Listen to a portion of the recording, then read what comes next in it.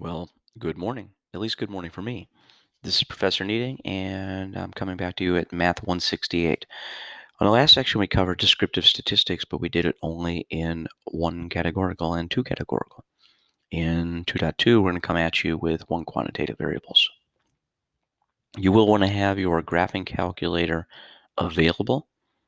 And as a quick note on a graphing calculator, one of the things you have to do on your graphing calculator before you get started is we have to enable an R value. This is a one-time kind of thing. So I'll walk you through that real fast. So on a TI-84, you would, first of all, go down to the catalog, which is second catalog. You would scroll down until you find, I'm getting her. I'm going to show it to you. Looking for the word diagnostic, and it's going to say diagnostic on. You can see it right there in mine. Got to get next to it. Got to hit enter. Got to hit enter one more time until it says the word done. And once you have turned on diagnostics, you don't have to do this again unless you reset your calculator or batteries die completely 100%, something like that. So let's start with descriptive one statistics. Let me go away so I don't have to be in the face here. So it says, prior to having this lecture, please watch the video on Canvas on how to use the TI-84 obtain descriptive statistics. I have that video for you. Since I'm lecturing, I'm going to go over it with you. It's a good reference for you to go back to when I'm not here for you. So in the outline, the one quantitative variable, we're going to visualize. The visualization is going to be a dot plot and a histogram. If you remember last time, our visualization was a bar chart. And when it was two categorical, it was a stacked bar chart. Our shape, we're looking for symmetry, and we're looking for skewness. We'll talk about those today. Our measure of center is now means and medians, depending on which visualization we're using. And we're going to talk outliers and resistance. So, a descriptive statistic. In order to make sense of this data, we need a way to summarize it and visualize it, just like last time. Same slide happened to us during categoricals, and we treated it a little bit differently. When we're summarizing the relationship between variables, it's often known as the descriptive statistic. So again, we are looking for the descriptive statistic right now for one categorical data. And, it always depends on the category of the quantitative. So here goes a nice data chart. And in this data chart, we have quite a bit of information. We have rows which contain many variables, and those variables contain many pieces of data. Some of them categorical, like here, movie, and some of them are quantitative, like oral gross. A dot plot. It says this is a dot plot in each case is represented by a dot, and dots are stacked. So for instance, in the picture I'm looking at right now, there are dots at 0, barely up from 0. There's a lot of dots. Those dots that are stacked are our same value data dots. The more times they occur in a problem, the more times they're represented in the dot plot. They're really easy to see. Each case, we don't need to know the fine details of the case, but what we need to know is that between 0 and 200, there are many dots, and most of them occur closer to 0 than closer to 200. And we have a few outliers, at least what we believe could be outliers, hanging out here. We'd have to actually do the IQR calculation in order to figure out if they are, and we'll get to that IQR calculation later. In a histogram, which is super similar to a dot plot, if you look at the shape, see how the curve up and then the tail off to the right-hand side? The histogram does very much the same thing. This is the same data put into a histogram. The height of each bar corresponds to the number of cases within the range of a variable. So remember up here when I talked about 0 to 200, there were quite a few dots, and there aren't as many dots between 2 and 400. The same thing is true here. The lesser amount of dots appears to be between 800 and 1,000 in this particular case. 1 second, please. Sorry for that. So between 800 and 1,000 is the lesser amount here. And if we go back here, look between 800 and 1,000, there aren't any day cases at all. So there is the lesser amount for sure. When we talk about a histogram versus a bar chart, so the other day when we were in categorical, we used a bar chart, and the x-axis had no numerical value on it. It was just simply categorical data. A histogram is for quantitative data, and the x-axis is numeric. So if you go up to the histogram, there are numbers on the bottom. If you look at a bar chart has categories on the bottom. There will never be those. So that's how you tell the immediate difference between quantitative and categorical, or bar chart and histogram.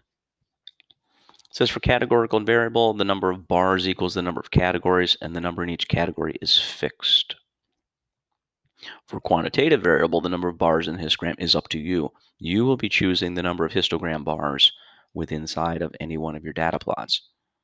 For instance, if I jumped real fast and I went to stat key, sometimes with the internet, I'm not quite sure if it's going to be real fast or real slow, but this morning it's real fast. So if I were running right now one categorical, or excuse me, one quantitative is where we are, and I brought up if I brought up this and I brought it up into a histogram, you can see that I can control the number of buckets and how many there are. So I control the number of boxes or categories that are existed within inside the histogram. And remember, a histogram goes along with a dot plot, and a dot plot goes along with a box plot. All of these things work together. For quantitative variable, you get to choose that in your software, and you'll be doing that especially for laboratory number 1. If we compare a histogram on the left and a bar chart on the right, you can see that on a histogram the bars touch. On a bar chart, they do not. And again, categorical data on the bottom, whereas quantitative data on the bottom. They both judge the frequency on the y-axis or the response. And when we talk about shape, we have 3 different types of shape in front of us in this picture. We have a symmetric.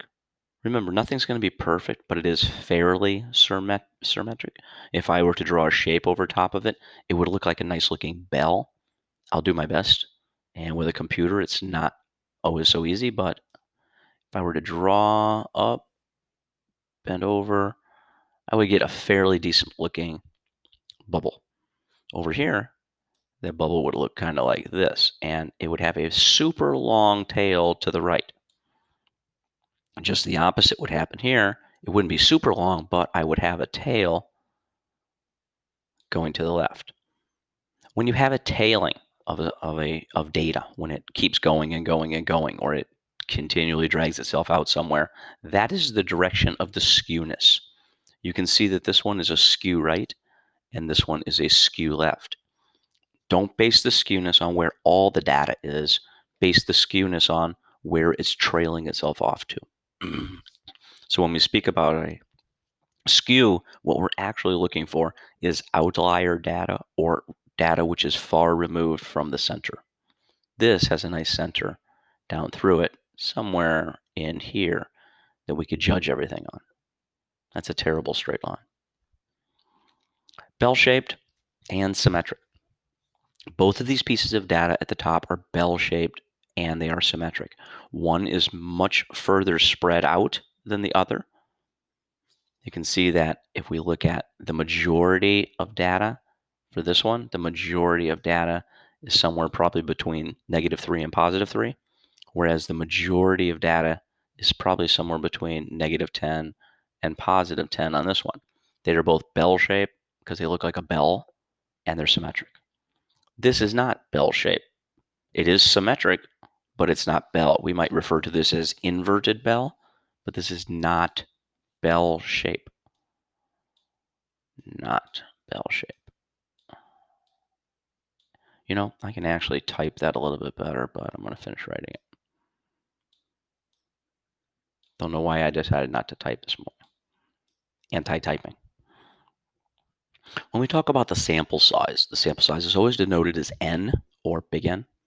It says the mean or the average number of data values in a data set is the number of all the data values, the sum of them. So we have to add up all the data pieces that we need, and we have to divide them by the total number. You know, this is just basically average is what this is. So if you want the average of something, you take what you have, you add up what you could have had, and you divide the two, and you get it. Well, this is referred to us in quantitative world as x bar for the sample set or mu for the population. The mean is always calculated by summing all the data values and dividing. I'm going to show you a really nice way to do that with your calculator today. The median. The median is always referred to as the letter M. Right here, M. And M is the middle data value when the data are ordered from least to greatest. You might remember from school somewhere creating a box and whisker chart where you had to line up all your data values from the smallest to the greatest, find the middle M. Then you had to calculate what was called Q1 and calculate what was called Q2. If there are any even number values, then the median is the average of the two in the middle. And what do we mean by that? Okay, so let's say that my data values are 1, 3, 5, and 7. So I have an even number of data sets in this particular thing. Well, there is no middle, because if you count in from the outside, the 1 and the 7 cancel each other, the 3 and the 5 cancel each other. So the actual N or the M value is the middle of the 3 and the 5, so the M is 4. I'm going to change my font size too. I'm going to jump up to a 24. I think that would be a little bit better for me. Okay. And I'm going to jump those up to a 24 also, so that they are a little bit better for you. The median splits the data in half. That's important to know right there, is that when we look at our data and when we organize it, that this M value, this median, is going to tear it right in half. For each of the following variables, find the mean, and they want 3 decimal places. Find the median, and they want to 1 decimal place if necessary. All right, so first things first. Stall your video, go get your calculator, and we're going to get started in 1 second. I'm going to go grab my calculator, and I'm also going to write down these data points, and we'll start. So how do we do this quickly, and how do we do this without, sitting here for half of an hour trying to put a bunch of numbers into something? Okay, so what we use is we use technology, and technology saves us when it comes to this kind of tedious work. So we're going to learn a couple new things here. And again, this video is floating around inside of Canvas, and it's called How to Get 1 Variable Statistics with Your Calculator. And it's under the Student Help section. So if I go into my calculator, I go to the Stat button right here. I click Stat, and I hit Edit, number 1. I'll notice that I have a bunch of lists. Now, first of all, if you have lists with data already in them, then we need to clear out that data when we start. And I'll show you how to do that. So if you have a bunch of things in here, I'm going to stop a second, take a break, and come back and do this and come back to where I am. So I'm going to quit for a second, and I'm going to say, hey, let's say that I had some numbers in here. Let's say I had 5 and I had 9. Let's just say I had a lot of them and I want to clear them out.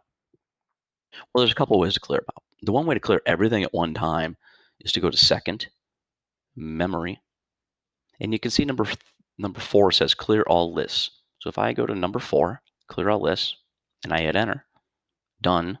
When I go back to that Stat button and I hit Enter again to go back into my thing, everything will be gone. That also could be done, sorry.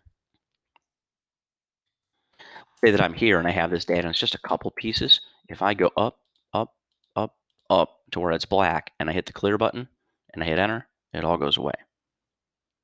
So let's put in the numbers that we have right now. Let's start with these first numbers. 8, 12, 3, 18, and 15.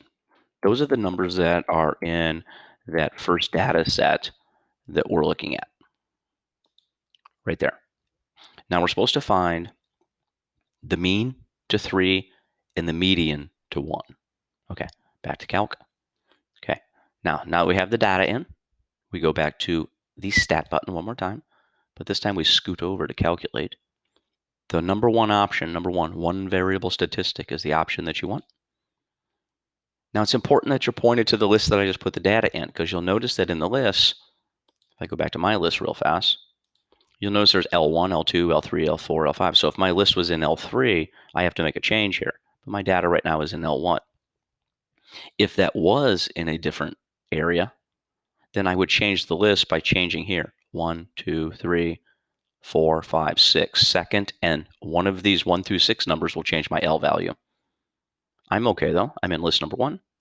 I'm going to go down to the word that says calculate. I'm going to hit enter, and I get this whole pile of numbers. And if you scroll down, you see a whole bunch of stuff. All right. Very first one, top one, X bar 11.2. So I'm going to record that we have an X bar of 11.2. We were supposed to find the median also. Scroll down with your wheel key until you find the median, MED. The median is 12. I'm going to read this list top to bottom so you know everything that's in here because you're going to need the majority of this stuff. The top one is the mean. This is the sum. This notation means sum. The sum of all the numbers. If you took all the numbers and added them together, you get 56. If you took all the numbers and you squared them and then you added them all together, you get 766. The standard deviation, pay attention to that one. The standard deviation of the sample is 5.89, and the standard deviation sigma of the population is 5.26. And it would round up. The number of values in the data set are 5, N5. The minimum data point is 3. The first quartile is 5.5. The median is 12. The third quartile is 16.5, and the maximum data value is 18. So we have our first one done for here, to where we have a data point, an X bar of 11.2. And get my text box. So we have a mean 11.2. You should write X bar, and a median of 12. Take this data value, let's go put this into L2. I'm going to go back to my calc. I'm going to go back to stat. I'm going to go back to enter. I'm going to scoot over to L2. In L2, I'm going to put this new data points: 41, 53, 38, 12, 115, 7, 50. There's my L2 values. Double check myself: 41, 53, 38, 12, 115, 47, 50. It doesn't hurt to check and make sure you have the right numbers. If you mess up one of these in your typing, then you're not going to be happy as you're calculating your statistics. So I go to stat, I scoot over to edit, I choose number 1. Now remember, I got to change to L2 though. So I go second, L2, I scoot down to calculate, and I clear. And now I have all new numbers. So for this particular example, our X bar is going to be 50 point, I think it said 3 decimals, 857. And if I go down to my median to 1 decimal, actually it's just 47 or 47.0. That's how you calculate one variable statistics inside using your calculator. I'll leave the practice for you for number 3. I'm going to stall the video for 1 second, and then I'm going to go calculate an answer, and then I'll write the answer for you. Okay, we're back, and hopefully you did well. I got on number 3 a mean of 24.5 and a median value of 20 or 20.0. Measures of center. So now when we talk about the measurement of center, notice the difference between these two. A median of 76.6 versus a mu value or a mean value of 150.74. When we look at mean values, mean data are pulled in the direction of skewness. This is a big topic, and we use it continuously to talk about data skewness. If the data points trail off to one side, and we can see that the direction of skewness is to the right, and we can see that in this one because remember, if I try to draw my arrow or my curve looks very trailed off and has to keep going out here until it grabs all data points. The mu value or the mean value is always pulled to that direction. The median is always in the center without question. So if we have skewness left, then the mean will be less. If we have skewness right, then the mean will be greater. If it is fairly symmetrical and fairly centered, we would observe that the median and the mu are relatively the same number. When we look at these distributions of skewness and where what is, it is exactly what I just said. On a skew left, we would expect the mean value to be less. On a symmetrical, we would expect them to be relatively the same. And in a skew right, we would expect the mean to be greater. Select the correct statement about the mean and the median for the histograms below. These are Wiley questions. So this left-hand side question is very symmetrical in nature. It doesn't appear to be left. It doesn't appear to be right. So therefore, the mean and the median are likely to be equal to each other. If you look at this one is skew right. Skew right means that the mean is going to be greater. The mean is likely to be larger than the median. Mean is affected by the skew data, whereas the median is not affected by the skew data. It's what we call resistant, which we'll discuss pretty soon. An item is considered to be an outlier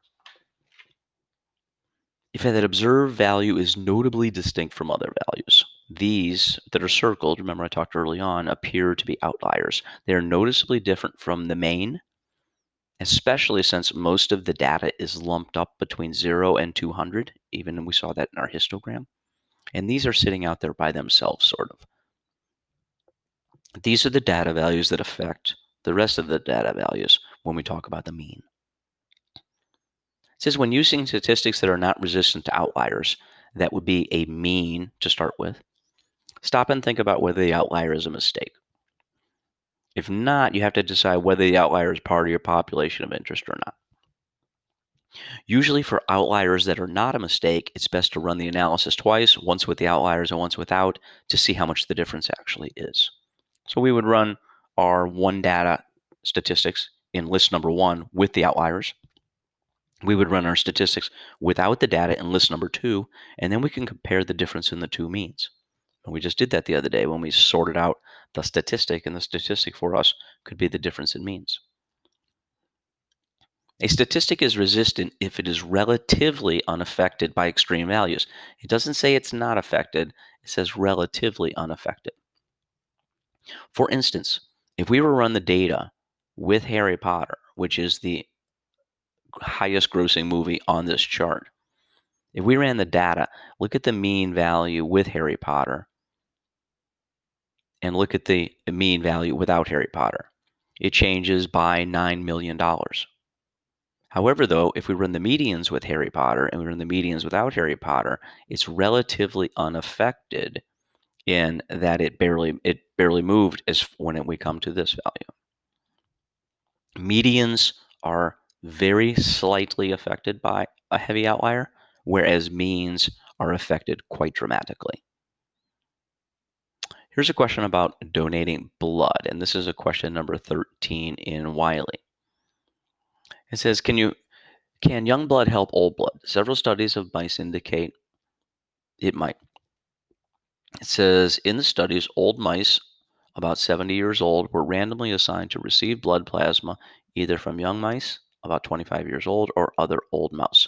The mice receiving the young blood showed multiple signs of reversal of brain aging. One of the studies measured exercise endurance using maximum treadmill run time of a 90-minute window. The number of minutes of run time are given in the table below for the 17 mice receiving plasma from the 13 mice receiving old plasma. So this data up here at the top, from here upward, is young, and from here downward is old. So all those data values go together.